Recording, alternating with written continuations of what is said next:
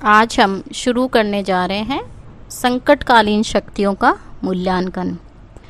कल की क्लास पे हमने जो राष्ट्रपति की संकटकालीन शक्तियां थी, अनुच्छेद 352, अनुच्छेद 356 और अनुच्छेद 360, उनके बारे में चर्चा की थी। आज हम शुरू करने हैं राष्ट्रपति की जो तीनों शक्तियां हैं उनके संकटकालीन शक्तियों का मूल्यांकन। हम देखते हैं कि भारतीय संविधान की यह संकटकालीन व्यवस्था संविधान निर्माण के समय और उसके बाद ही आलोचना का विषय रही। जिस दिन संविधान सभा में यह व्यवस्था स्वीकार हुई उस दिन हरिविष्णु कामत ने संविधान सभा में कहा था, यह शर्मनाक दिन है, ईश्वर भारतीयों की रक्षा करे। इस संकटकालीन जो व्यवस्था है इसकी कई आधारों पर आलोचना की जाती है। जैसे पहला हम देखते हैं, राष्ट्रपति अधिनायक बन सकता है। राष्ट्रपति अधिनायक इसलिए बन सकता है क्योंकि भारतीय संविधान में जब राष्ट्रपति द्वारा सारी शक्तियों का प्रयोग किया जाएगा संकट काल में, तो सारी शक्तियां जब राष्ट्रपति के पास आ गई तो वो अधिनायक बन जाएगा। आलोचकों के अनुसार संविधान में ऐसी कोई धारा नहीं रखी गई कि राष्ट्रपति मंत्रिमंडल के परामर्श पर ही अपने इन अधिकारों का प्रयोग करेगा।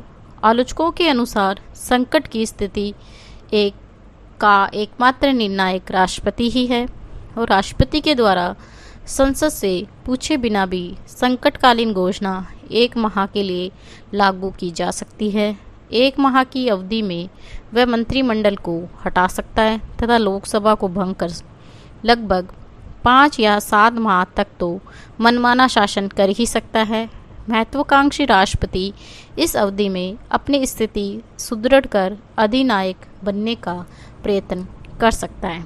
यानी कि संकट काल में राष्ट्रपति के पास जब शासन की सारी शक्ति आ जाती है तो वो अधिनायक बन जाएगा। संघात्मक रूप का अंत, जब राष्ट्रपति शासन व्यवस्था लागू होती है तो हमारा जो संघात्मक शासन है उसका अंत हो जाएगा और राष्ट्रपति सर्वोपरि हो जाएगा। संविधान द्वारा भारत में एक संघात्मक शासन व्यवस्था की स्थापना की गई, लेकिन संविधान के ये संकटकालीन उपबंध संघात्मक शासन व्यवस्था का आधारभूत स्वरूप ही समाप्त कर देते हैं। संवैधानिक तंत्र की विफलता के समय राज्य सरकार लगभग समाप्त ही हो जाती है और युद्धकालीन अथवा वित्तीय संकट में राज्य सरकारों पर केंद्रीय सरकार का नियंत्रण अत्यधिक बढ़ जाता है।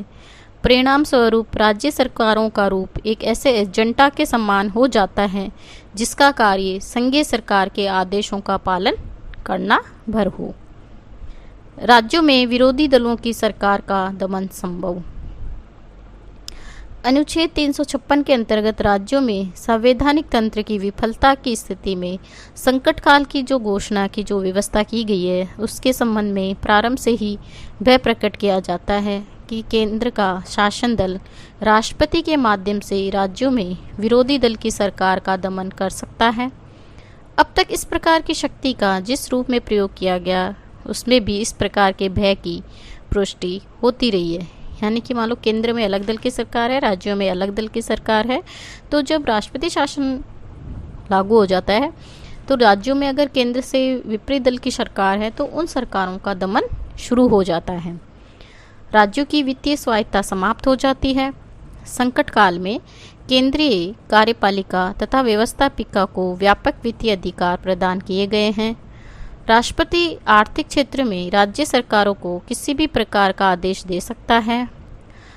हृदयनाथ गुर्जर के शब्दों में संकट काल के नाम पर राज्यों की वित्तीय सहायता समाप्त की जा सकती है। संकट काल में जो राज्य की वित्तीय स्वतंत्रता है वो सारे समाप्त हो जाती है। वित्तीय जो स्वायत्तता है वो राज्य की वो समाप्त हो जाएगी और सारी शक्तियाँ राष्ट्रपति के पास चली जाती है। हमारे जो मूल अधिकार हैं वो अर्थहीन हो जाते हैं जब संकट काल लगता है। संकटकालीन उपबंधों के विरुद्ध सबसे बड़ी आलोचना ये की जाती है कि ये संविधान द्वारा प्रदान किए गए मूल अधिकारों को समाप्त कर देगा। America, England, Canada, Switzerland, Australia आदि किन्हीं भी देशों के संविधान द्वारा कार्यपालिका को नागरिक अधिकार एवं स्वतंत्रता को प्रतिबंध करने की इतनी व्यापक शक्तियां प्रदान नहीं की गई जितनी की भारतीय संविधान द्वारा।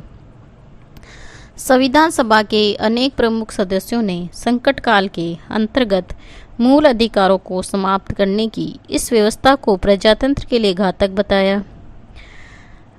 भारतीय संविधान में जब राष्ट्रपति शासन लागू हो जाता है तो जो हमारे मौलिक अधिकार हैं उनका कोई महत्व नहीं रहता, क्योंकि संकट काल में जो हमारे मौलिक अधिकार हैं वो भी समाप्त हो जाते हैं।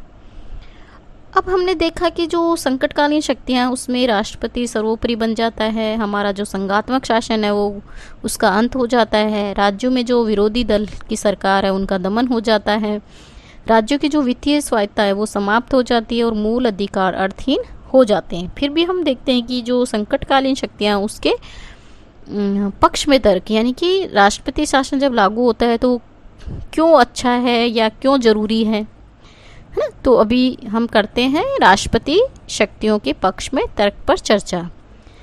इस बात से इनकार नहीं किया जा सकता है कि संकटकालीन उपबंध की जो कई आधारों पर आलोचना की गई थी उसमें सत्य का अंश है, लेकिन इसके साथ ही ये भी कहा जा सकता है कि जो ये आलोचनाएं हैं वो अतिशयोक्तिपूर्ण हैं। इस जो संकटकालीन शक्तियाँ उसके पक्ष में जो तर्क हैं उनके आधार पर हम पहला देखते हैं कि संकटकालीन उपबंध विशेष परिस्थितियों के लिए जरूरी। सर्वाधिक महत्वपूर्ण बात यह है कि संविधान के द्वारा उपबंध सामान्य परिस्थितियों के लिए नहीं, केवल विशेष परिस्थितियों के लिए ही ये बात स्वीकार की गई है कि संकट काल में व्यक्ति की पूर्ण राजभक्ति की अधिकारिणी केंद्रीय सरकार ही हो सकती है, राज्य सरकारें नहीं। संकट काल उपबंध संघात्मक व्यवस्था को समाप्त नहीं वरन केवल सीमित करते हैं और संकट काल समाप्त हो जाने पर संघात्मक व्यवस्था पुनः अपनी सामान्य स्थिति को प्राप्त कर लेती है। यानी कि जो संकटकालीन उपाय हैं या संकटकालीन जो शासन है वो कोई विशेष परिस्थितियों में लगता है, और विशेष परिस्थितियां जब समाप्त हो जाती है तो हमारा जो राष्ट्रपति शासन है वो समाप्त हो जाएगा और जो हमारा संघात्मक शासन है वो वापस पुनः चालू हो जाएगा। राष्ट्रपति या अन्य कोई पदाधिकारी तानाशाही नहीं बन सकता। इस आधार पर संकटकालीन उपबंधों की आलोचना करना कि इसके आधार पर राष्ट्रपति अधिनायक बन जाएगा, बाल की खाल निकालना ही है। संसदात्मक शासन व्यवस्था में कोई भी राष्ट्रपति अधिनायक बनने की बात सोचेगा, ऐसी कल्पना नहीं की जा सकती। न ही कोई प्रधानमंत्री या कैबिनेट इन उपबंधों के आधार पर अधिनायक बनने में सफल हो सकता है, क्योंकि जैसा टी कृष्णामार्ची ने संविधान सभा में कहा था, अगर कार्यपालिका अपनी संकटकालीन शक्तियों का दुरुपयोग करती है तो संसद उसे सबक दे सकती है। यानी कि राष्ट्रपति जो है वो अधिनायक तंत्र नहीं बन सकता। जैसे कि 44वें संवैधानिक संशोधन द्वारा मूल अधिकारों की व्यवस्था में जो परिवर्तन किए गए हैं उससे राष्ट्रपति, प्रधानमंत्री या मंत्रिपरिषद के तानाशाही बनने की आशंका और भी निरादर हो गई है। संकट काल में नागरिक अधिकारों की अपेक्षा राज्य की सुरक्षा अधिक महत्वपूर्ण। हम देखते हैं कि जहां संकटकालीन घोषणा के अंतर्गत मूल अधिकारों के स्थगन का प्रश्न है, इस संबंध में संविधान निर्माता के सामने व्यक्ति की स्वतंत्रता एवं राज्य की सुरक्षा तथा राज्यों के अंतर्गत व्यवस्था के बीच उचित संबंध स्थापित करने की समस्या थी, और व्यक्ति की दृष्टि से संकट काल में मूल अधिकारों का स्थगन चाहे कितना ही अनुचित क्यों न हो, राज्य की सुरक्षा और व्यवस्था की दृष्टि से संकट काल में मूल अधिकारों का स्थगन कुछ सीमा तक अवश्य ही है। यानी मान लो संकट काल में अगर हमारे मौलिक अधिकार जो है उनका अगर कुछ समय के लिए समाप्त हो जाता है तो कुछ खास बात नहीं है। जब राज्य पे ही संकट है तो मौलिक अधिकारों का कोई महत्व नहीं रहता। सशस्त्र विद्रोह या वित्तीय संकट की स्थिति भयानक। राष्ट्रपति के द्वारा जब युद्ध के कारण उत्पन्न आपात और अन्य परिस्थितियों के कारण उत्पन्न आपात में भेद न करने का प्रश्न है। इस संबंध में कहा जा सकता है कि सशस्त्र विद्रोह या वित्तीय संकट की स्थिति भी उतनी ही भयानक हो सकती है जितनी कि युद्ध के कारण उत्पन्न स्थिति। संविधान में दिए गए इन संकटकालीन उपबंधों का अरुचिकर प्रतीक होना नितांत अस्वाभाविक है, किंतु साथ ही यह स्वीकार करना होगा कि संकट काल के संबंध में की गई ये व्यवस्था नवजात राष्ट्र की स्वतंत्रता, एकता और प्रजातंत्र के लिए नितांत आवश्यक है। टी कृष्णामार्ची ने संविधान सभा में ठीक ही कहा था कि संविधान के अंतर्गत की गई संकटकालीन व्यवस्था को एक आवश्यक बुराई के रूप में स्वीकार करना होगा, क्योंकि इन प्रबंधों के बिना संविधान निर्माण के हमारे सभी प्रयत्न ही अत्यधिक असफल हो जाएंगे। ये तथ्य है कि 1975 में लागू किए गए 19 माह के आपातकाल में आपातकालीन शक्तियों का बहुत अधिक दुरुपयोग किया गया। इस स्थिति को देखकर आपातकालीन शक्तियों के दुरुपयोग पर अंकुश लगाने की आवश्यकता अनुभव की गई। अतः 44वें संवैधानिक संशोधन 1976 द्वारा ऐसी व्यवस्था की गई कि भविष्य में शासन वर्ग के द्वारा निजी स्वार्थों की रक्षा के लिए आपातकाल लागू नहीं किया जा सकते, और आवश्यक होने पर जब आपातकाल लागू किया जाए तब भी शासन वर्ग द्वारा शक्तियों का मनमाना प्रयोग न किया जा सके। आज के लिए इतना ही।